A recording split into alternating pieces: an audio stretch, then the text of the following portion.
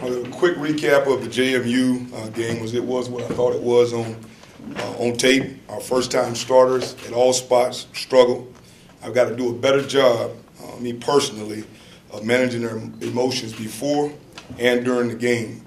The number that stands out is 422 to 80. It's our rushing yards on offense versus the rushing yards we allowed. Overall, poor performance, lack of run game on offense, and poor red zone efficiency really started from the beginning. First play of the game, we had what we thought was going to be a big-time play, the exact look that our coaches had set up, and we didn't execute it at all.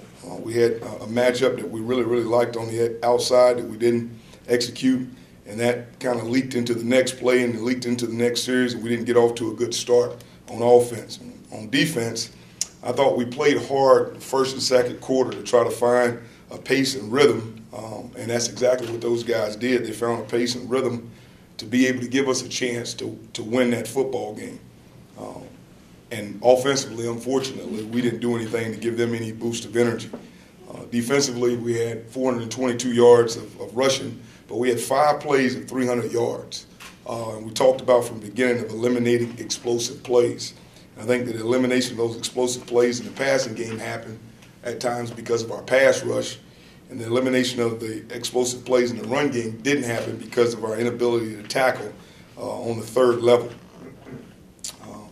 I also think that, we try to do a little too much in the third and fourth quarter defensively. We had a couple of players out there that felt the issue and the pressure of us not scoring on offense. That's what happens when teams don't necessarily play together. And we got out of gaps a couple of times. Certain people got out of gaps. It's a collective team loss. Special teams were much improved and will be challenged this weekend. There's a couple of things we got to clean up in special teams, but we will be challenged this weekend with a lot of talent and a lot of speed. West Virginia presents a new challenge on offense. They will be led by Will Greer. People around here are familiar with the last name. And running back Justin Crawford, who is probably one of the most elusive and strongest backs we've seen over the last couple of years.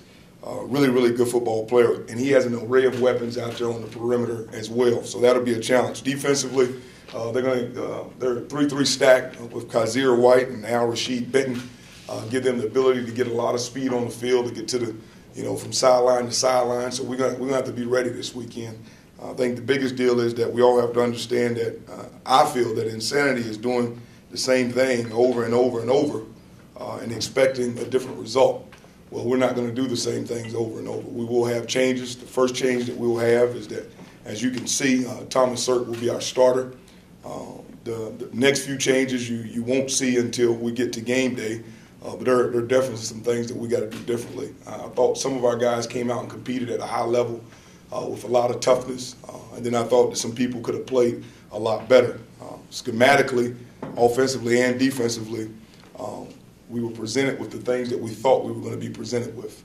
And that's why it's especially disappointing that we didn't execute any better than we did. Coach, when you look at the running game, it seemed like every time you guys tried to run the football, it was all clogged. And every time Madison ran the football, there were these big lanes. Now, there were obviously 3 long runs, but they still seemed to get yards on every play. Was that scheme? Was that physicality? What did you see in the film when you looked at it? Well, first we knew that we were going to have stop about 4 different runs of inside and outside zone with different ways to block different backers. So I really felt like at times in the early part we were trying to find the rhythm of it. We knew the scheme. They did a good job on the second level with their guards, getting up to our backers. But, for the most part, I thought it was just finding where they were. In the second half, we started to press a little bit by trying to create turnovers, trying to do this, trying to do that. But we also had an issue because they do such a good job in run action pass with the tight end, with the receivers. We wanted to be in a position to be able to stop the big play and play top down in our secondary. And I think that's why some of those holes were presented. And some of those gains were 6-yard gains and 8-yard gains and 10-yard gains versus no-yard gains. I thought our defensive line did a good job in their gaps for the most part. Leading up to the game, you were talking about getting heavy doses of tight shot dive. We didn't see him get a carry on Saturday. What went into that? First down inefficiency. Really inefficient on first down. Something that we've got to do a much better job at. I definitely want to see a much heavier dose Tyshawn Dye. That was not something that we went in saying we're not going to give him the ball. We're not going to give even Darrell the ball more. We were really, really inefficient on first down. And that kind of led from snaps.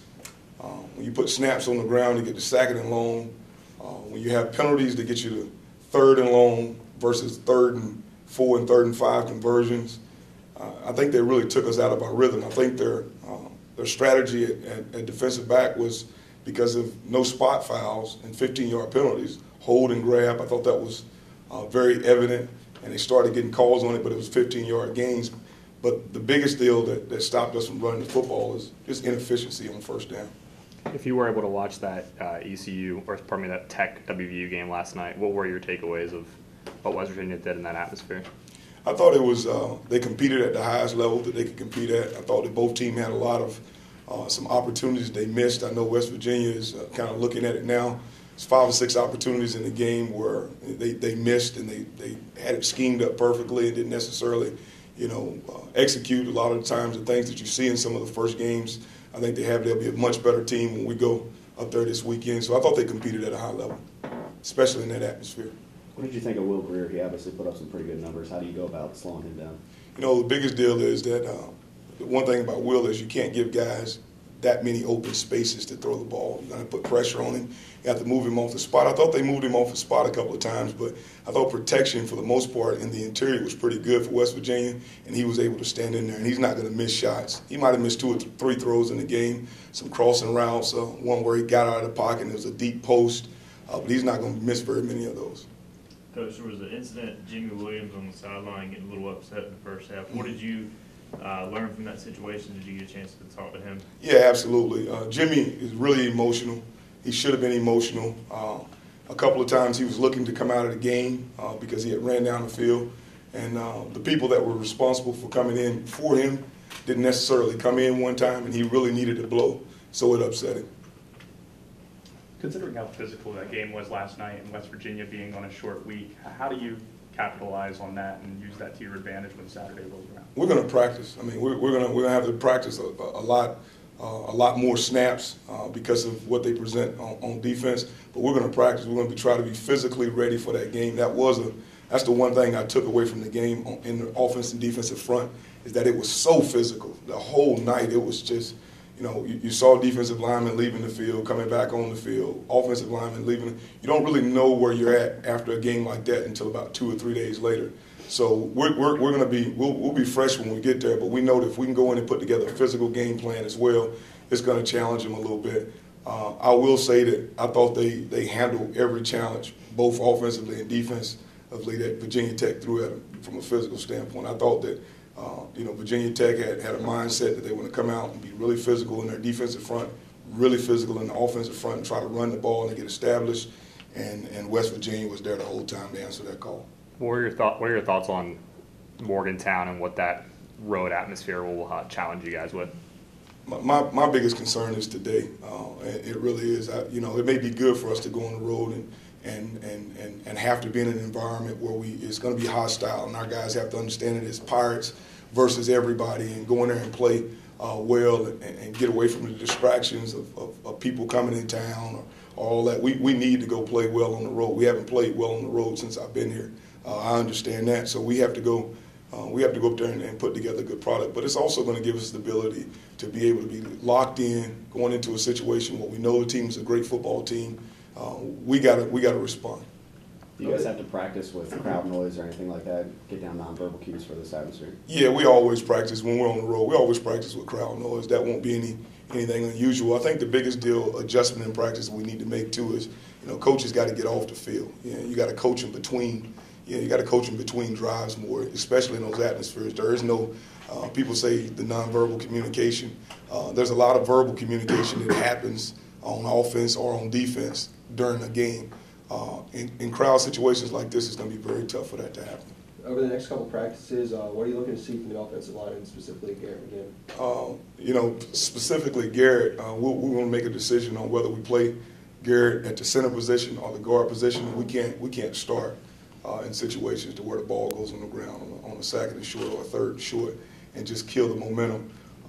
We really want to see that group grow. I thought that Cortez Herring and Deontay Smith will play a lot better than they played in the game.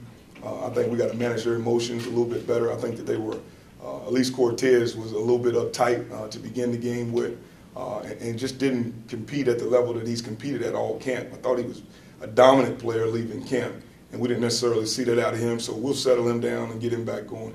What went into you deciding Cirque is the guy for this game? Competitive nature right there in that game. I thought he gave our team a big boost when he got up off the ground. He could have laid down. Right then I felt that was the spirit of the leader. That moment when he got up off the ground, it changed everything for me, just because I saw a guy that no matter what the situation, he was going to get up and go compete for us.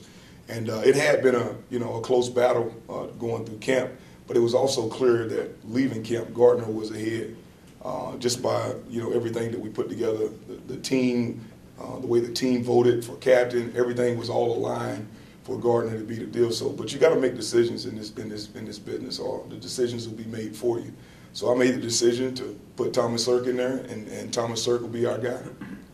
How do you think Spellacy did? I mean, he kind of got Great. into a tough situation. Great. I thought he did. You put a freshman in there. I thought he did great. I thought, he had one snap that was a little bit earned, but I thought he did great. And he's a tough kid. And his mental errors that he had might have been, one or two. But when you put a guy in that stage, in that situation, I thought he had less stage fright than a lot of people. Coach, players usually bounce back pretty quickly, but how do you rally the whole Pirate fan base and nation who, some of them are panicking right now because they look at the schedule and that kind of thing? Yeah, I don't doubt that there's some panic. For me, I told the team, I just tell everybody this, don't blink. And I told the team, I told every one of our coaches, staff, the people that work on the field, don't blink. If I catch anybody blinking, I told them I was going to cut their eyelids off. We're not in a situation where, with this many games left to go play, some hard decisions had to be made, and they had to be made over the last 48 hours or even 36 hours, and we're making them, and we'll be back. I understand that. If anybody knows how important it is for us to come out and be prepared and play, it's me, because I felt like we worked extremely hard to get to that first game in every situation, and put those guys in every situation that they were going to be in games, and we saw exactly what we were going to saw, and we failed. But we failed one day, and now we got a whole season in front of us, and our guys will be prepared. But we're not going to blink. I'm not going to blink. I'm ready to coach. I know that all of our coaches are fired up right now because we've had more meetings and more time and more late nights, and we got a lot more to get going. We know exactly where we are as a team right now, and that we're not where we need to be. There are no concerns right now for me on finding out how we get better. I know what our problems are.